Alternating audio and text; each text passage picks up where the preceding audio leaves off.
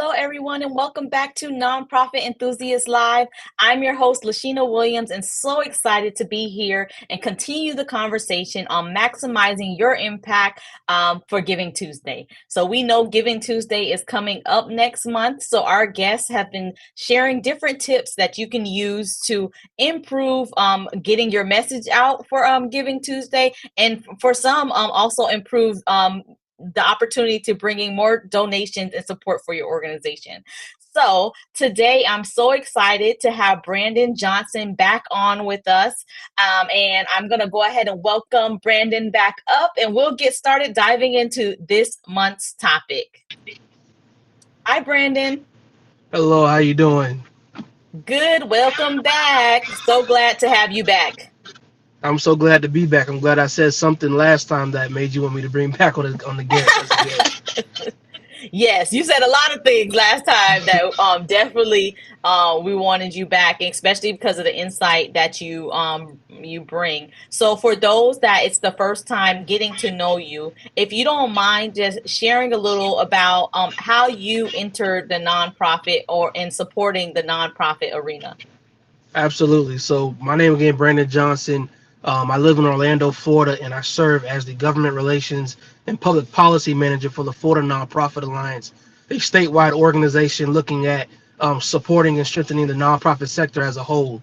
And I've been in the sector full time for now about a year, but I started my journey through nonprofits and supporting nonprofits from a very early age as a young child, serving on a bunch of youth advisory boards for nonprofits like Take Stock in Children, which is a huge one, and then going into my career in politics. Of course, public sector and nonprofit sector often are intermingling. You think about your United Ways and a couple others that usually have a very good presence.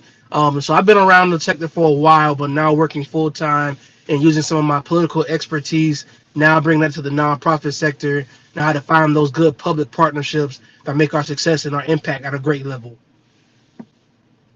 Love it. And I love the perspective that you bring to the nonprofit arena through the public sector lens.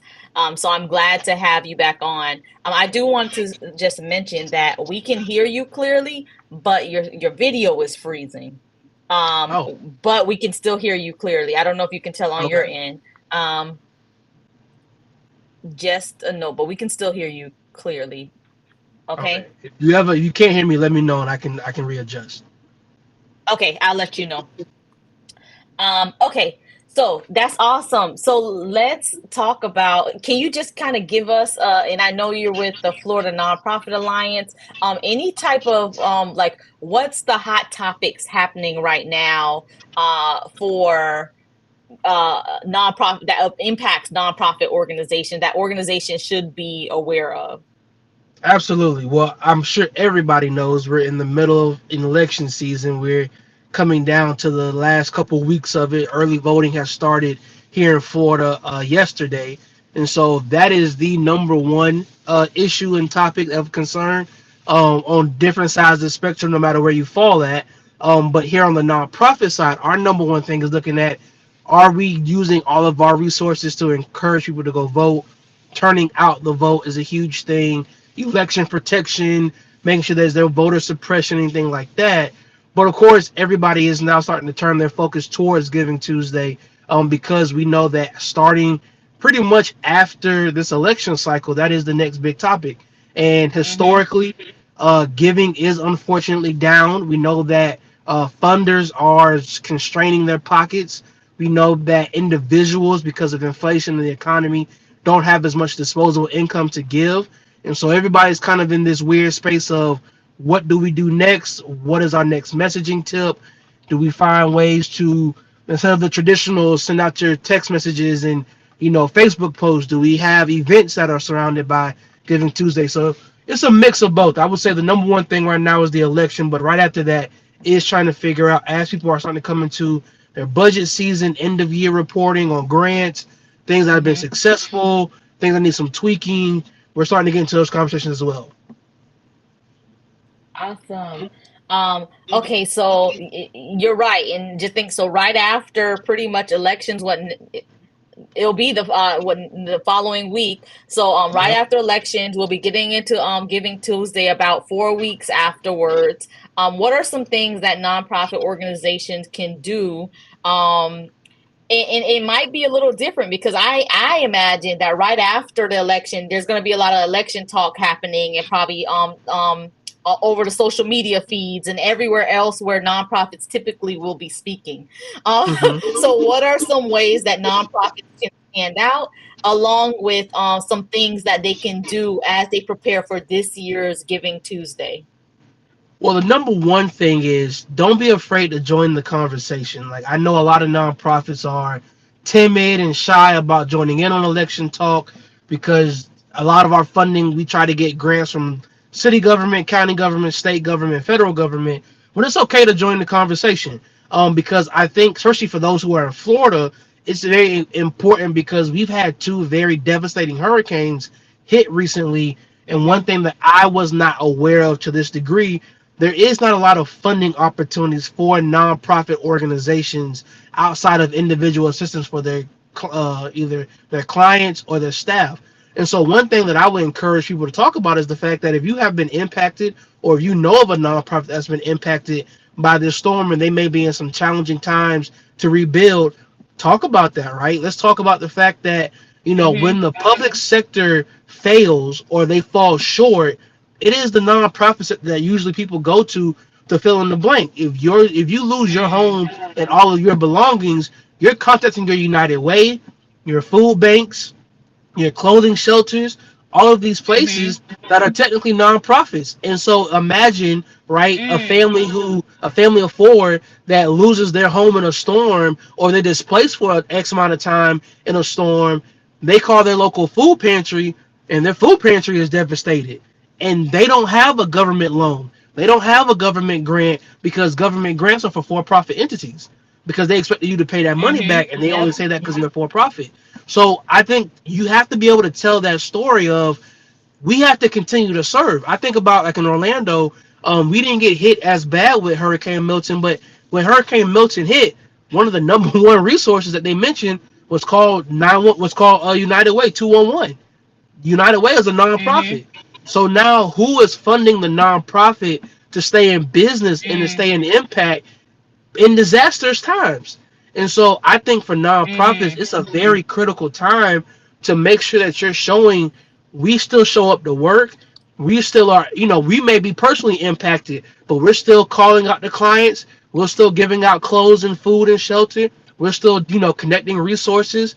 And so that's the number one tip is, we have to engage in that hurricane response conversation because that impacts the Mm-hmm. nonprofit sector in ways that others won't think about unless they're in that position. Again, the unfortunate situation of, you yourself may need a nonprofit's help, but that nonprofit cannot perform because they're also impacted by the storm and they don't have a road to recovery. They can't call the Department of Economic Mm-hmm. Opportunity to get a loan because they're nonprofit. And so I think when we get into Giving Tuesday conversations, that's one of the nuances that I think is going to be more present this year is, what has been the nonprofit's response rate in disaster, and how does that, curtail or even hurt efforts to help others who are in also similar situations. Wow, that is awesome.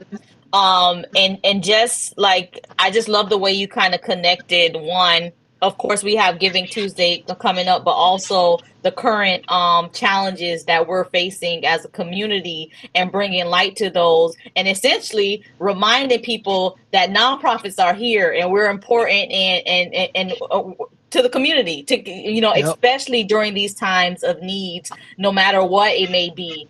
So I really love that you shared that. So nonprofits joining the conversation, and that's a really unique and good spin, especially as we leave one season and go right into another. Being able to say, "Hey, as a nonprofit, we're here," or you also mentioned being able to share how let's say the hurricane impacted your organization, being Hmm. able to share that, what does that mean for your organization? For some it might be an increase in clients, but still of course the same resources.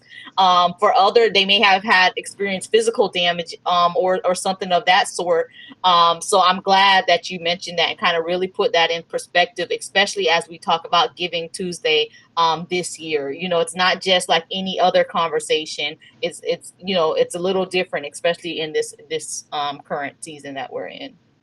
Exactly, and I think if you go back to the coronavirus time period, Mm-hmm. here in Florida or even nationally, when the Paycheck Protection Program first came out, they did not include nonprofits in that conversation.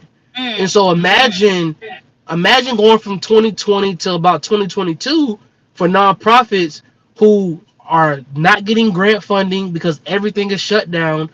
Funders aren't getting any more funds to give out. There's no paycheck protection program. Almost 60% probably of our nonprofits are going to be shut down. And yep. so when we start thinking about Giving Tuesday, we have to have the broader conversation of just in general, we have to be more forceful in these moments to show our stories and impact. And I know that sounds like a buzzword, oh, like tell your story, but seriously, tell your story of again how you've had to show up over and over again, no matter what's going on personally, no matter what's going on in the organization level. Your insurance premiums are going sky high, your overheads are going sky high. We just had a recent overtime change in the rule of Department of Labor that's going to impact nonprofits. Mm-hmm. All of these things are a part of your story. So yes, when we get to Giving Tuesday, it's not just saying, "Oh, we handed out backpacks," or we gave out X amount of pounds of food this year. No, no, no, no. The story is that through hurricanes, through shutdowns, through overhead expenditures, through all of these different obstacles, you have been consistently able to call on my nonprofit. We've shown up, Mm-hmm. we've given back. We've lost employees because we don't have a healthcare market in Florida for nonprofits of smaller nature. Like all of these things that you are currently struggling with is a part of that story. And so I just Mm, encourage all nonprofit leaders that are listening to this to use all of that in your messaging because that's going to show you something different in your response rate when it comes to what you may receive. Like I would argue you may get more money this year by taking that on, as mm, uncomfortable as it may be, than your typical messaging because people want to know where's their money going, but also what have you been able to do without my money? Because now I know when I give you my money, you can do X amount more because you're getting a mm, revenue you didn't always have. And that's the messaging that I think we need to talk about for nonprofits when I know it gets tiring every year to go to the same people, the same pitches over and over. No, change that pitch, add some mm. context to it, and I guarantee you get a better result. Wow. And I'm just thinking about how oftentimes as nonprofits, we're telling the story of those we serve and like the challenges they faced and how they overcome it. But then when it comes to telling our story, we typically like to just talk about how we overcame it. Yep. We skip that part that you're talking about, like being vulnerable and saying, look, it's hard. When these things are going around, you're right. You brought up the pandemic. When things are going around and funding is going to for profit, there was very, very little, in the way that it was given to nonprofits was very different, I should say. But guess what? We still had to push through and survive Yep. through those times because our community is reliant on us. And oftentimes, unfortunately, we either get forgotten or get all these extra requirements and things like that makes it difficult to be able to serve more and keep up with the changes that's happening in our community. So, wow. Yeah. Absolutely. So Absolutely. I'm just like taking in everything that you're saying because almost like you're saying, hey, we got to be vulnerable as a nonprofit. The same way we share every other We story, have to. we have to open the, and that's the part that's hard. So, what tips do you have for organizations? Because it's almost like you got to remove that mask or veil or whatever that is and say, Mhm. look, we hurting too, but Yep. Well, I think the number one thing, I would never say like I don't want anybody to take this conversation and then tomorrow go buy a billboard with all of your struggles. I'm not saying that. Yes. You can pilot this, right? If you Uh-huh. every nonprofit should have a core group of supporters, volunteers, donors, etc. Be vulnerable in that conversation first, right? If that's a quarterly meeting, a monthly meeting, whatever that forum is, be vulnerable there. See how that response goes, and then you know how to tailor it when you bring it to the broader audience. But you Mhm. have to embrace that vulnerability though, because Mhm. again, we don't have the luxury of selling for profit. We don't have the luxury of putting in new product lines to generate revenue, or again taking out all the loans that we want, to do whatever we have to do.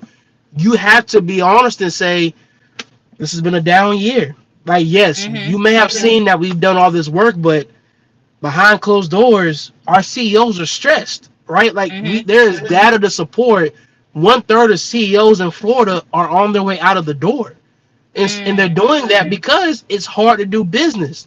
Because Yep. again, there's not a lot of effort to assist nonprofits. There's a lot of calls for nonprofits to do the work, but for nonprofits to actually receive something on the other side, yeah, that's Mhm. few and far in between. And so when we're already underpaid, when we're already Yep. scrutinized for those who are paid good, and you tap on the fact that we are often working in communities that require so much but give so little, it is absolutely frustrating. But that is the story. That's part of, again, while we can celebrate at our annual luncheons the clientele that we serve, let's also celebrate our staff who has stayed for the last year and a Mm. half or 5 years and worked through all these ups and downs. And we don't have the benefit packages that for profit do, and we don't have all the perks, and our office may not look as pretty, and we don't get to go Mhm. on all the conferences and the trips and whatnot. We're still showing up to serve. We're still showing up to work. Wow. When things happen, we are still the first to be called on, and we do it with a smile on our face.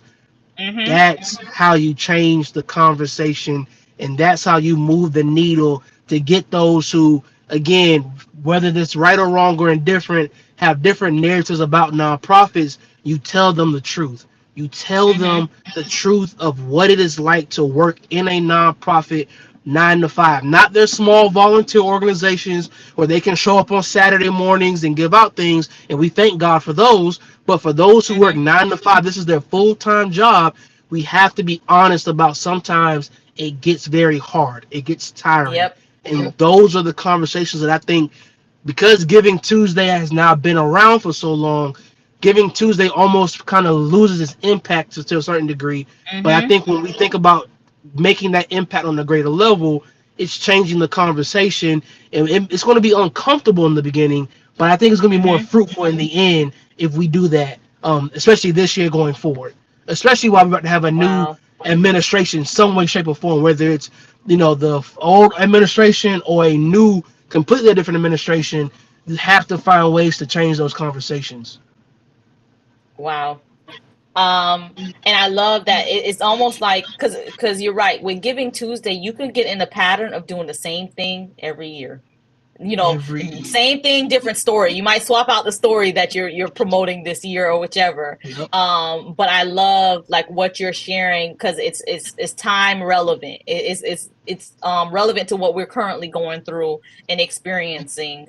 So I love that. So now let's talk about the other end. So we have the nonprofits, they're sharing their story. How can others who may not be a nonprofit support the nonprofits in their efforts, to continue to provide service and all those things we spoke about? So how can others help support Absolutely. The during this number one thing time? is be a champion. If you are in the position to support a nonprofit, whether that is financially, reposting, resharing, or something of that nature, it often means you have some connection to that nonprofit. Whether that is you were once a client, you were once on the board, you know somebody that works for the nonprofit in any of those capacities. You often know a lot about that nonprofit. Be a champion and you go recruit support, right? I think Mm-hmm. about there are a lot of nonprofits that do things such as champion fundraising, where they ask everybody who, again, is in one of those capacities I mentioned earlier, to reach out to 10 or 15 individuals that can donate and support. That is a good strategy, right? That is direct relational fundraising where it's not a random CEO sending out a letter or email. It is, oh no, my friend Brandon asked me to go support and give $50 to this nonprofit that he supports, right? That Mhm. is a lot more successful than, again, some of these more blanket strategies that we've seen in the past, because I'm more aligned to give with my friends who know me and know what I care about than I am Mhm. just a random commercial or random Facebook post. And so I would say, if you're in, again, if you're in one of those positions where you know a lot about the nonprofit and you have the network that has the capacity, by all means, send out those text messages, make those phone calls, and you become a fundraiser and you make the Mhm. pledge to say, hey, I'm going to raise $1,000, and you break that up, whether that's 10 people in $100 or 100 people in $10, whatever works for you. You can absolutely get that done, and you will be just as effective to that nonprofit as their board member who may have a large give again. Mhm. Love it. Man, that is awesome. You jumped right in. Like there was no jump right into the conversation. I love the tips that's provided. Nonprofits just having a different perspective on how we handle Giving Tuesday this go around based off of what's kind of happening around us. And not only that, how supporters can help support the nonprofit organizations in their efforts. Really quick before we leave, and if we need to plan another conversation, hopefully you'll come back on and we can continue the Of conversation because I course, really love of um, course. public sector conversation that you bring to our lives. So I'm just thinking, as nonprofits are getting ready to prepare for the upcoming year, those some of those topics that you talked about, how can a nonprofit, and you talked about this a little on the last episode, how can a nonprofit, I guess, plan to help amplify their voice and voices in the community, like for things like that that when these disasters happen, we often get forgotten. Mhm. Before it happens, just allowing the community to remember we're here. How can nonprofits get involved in the conversation and amplify their voice? Absolutely. The number one thing is you have to have a very robust communication plan. I know everybody can't afford to contract out to strategy firms and marketing firms, but you have to find a way to make your message go around the year, meaning that you're Mm-hmm. not just bringing up your successes in November or at your luncheons or whatever. Every month or so, you should have some type of strategy around releasing some type of research, your new latest study. You found this new strategy for handling clients' work. We were able to get 5 people into this, whatever that is for your organization's mission. You Mm-hmm. should find a way to have a plan to advertise the success of your mission or your goals every single month. Meaning that whether that's a press release, a Facebook post, a newsletter, whatever that communication infrastructure is for you, that should be more frequent going into 2025. Number Mm-hmm. one, the more you get your message out, the more subconscious you become in people's mindset, meaning that I don't have to think about what's a good nonprofit that I can send like boys and girls to for like mentoring. Nothing about the Boys and Mm-hmm. Girls Club. It's Mm-hmm. not even a thought anymore because they got their message out a lot. So the same thing Mm-hmm. for other nonprofits. You have to be so aggressive in your strategy that people just think about you subconscious when it comes to time to support, time to collaborate, and the same thing happens in the public sector. If you keep sending out your resources to those county commissioners, city commissioners, county managers, whatever, eventually they'll get to the place where when they get an issue, they'll think of you first, and you don't have to call them; they'll Mm-hmm. call you. And so that's the number one thing is you gotta get your story out, but not just one big release. Make it a continual effort. Again, if that's a monthly newsletter, if that's bi-weekly newsletters, whatever that infrastructure works best for you and your team, increase that frequency, and I guarantee you, probably by the end of the year or 2026, you'll start to notice people will start reaching out to you more because Mm-hmm. now they've seen your work over and over, and that shows effectiveness and it shows efficiency. And those are the two things that funders are looking for. public partnerships are looking for, and just people in the community that want to support. It may be a church, it may be a local youth group, it may be whoever who says, "Oh no, I think that this nonprofit may be aligned with what we have going on, or they may have some similarities that we can partner with on this next project. Let's work together." And here's the other part that people don't want to talk about. That often may lead to, "Hey, you have the great infrastructure, but we have the funding. Can we work? Can we work Mm-hmm. something out together?" And now a project that you may have wanted to get to in 2 to 3 years, you can get to it next year because you found a funder for it, all because you send out a newsletter more frequently than what you're doing now. So all Yep. of that Yep. communication can give you a very robust return on investment very soon. Yeah. Yeah, having a really good strategy. I love what you're talking about with a communication plan, and being able to share your stories, allowing potential donors to feel your organization, feel a part of your organization, does do something unique. What you talked about is the funders are now coming to you asking, how can I give? How can I help? Just because of the strong strategy that you have, and Exactly. that's helpful, especially for a lot of organizations, especially newer organizations. They're always sharing how they just hate axing or fundraising. But when you have a Yep. really good strategy, it just happens. It just unpacks. Donors calling you, hey, so and so, do you need this? Like, they're reaching out to you, which is awesome.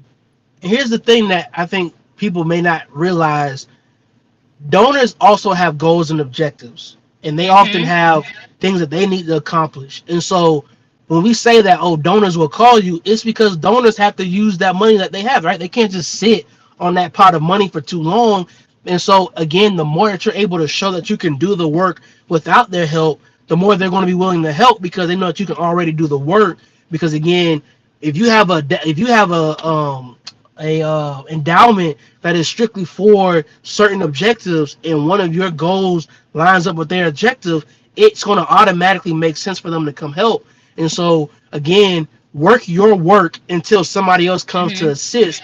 That doesn't mean you don't apply for anything. That's not saying that at all. But what I'm saying is Mm-hmm. that if you continue to find ways to leverage your impact, you will be surprised who will come along and want to assist, because they see that you can do it again without needing them necessarily. So now they want to help you. Love that. Thank you so much for coming on and sharing all of those tips. So, how can, if any of the viewers want to kind of stay connected, get in touch, what's the best way to stay connected with you? LinkedIn is really great. As Brandon Johnson, you should see either Florida State or Florida Nonprofit Alliance on my bio. Hmm. Also, my website at Florida Nonprofit Alliance, FloridaNonprofits.com. Feel free to find my email. Email me if you have any questions. And then, of course, contact Lashina. She has all my information. Hmm. I'd be more than happy Yep. to help anybody as far as I can. Again, it's really about increasing our impact. And now that we've done so much, it's time to start leveraging that to be in our benefit, especially as we go into a new elected season with a lot of new elected officials, both all Hmm. levels of government. And so, because you've already done the work, now it's time to leverage that work to now it can work for you and whatever goals, objectives you have for you and your organization. Awesome. Thank you. Thank you. Thank you so much, Brandon, for coming on. You always share very insightful and unique perspectives. I hope that you will come back on and continue to cheer us on through the season of whatever's Absolutely. ahead for our organizations, and how we can continue to get our messaging out there. So thank you so much for tuning in, everyone, and we will see you all on the next Nonprofit Enthusiast Live. Bye, everyone. Have a good one.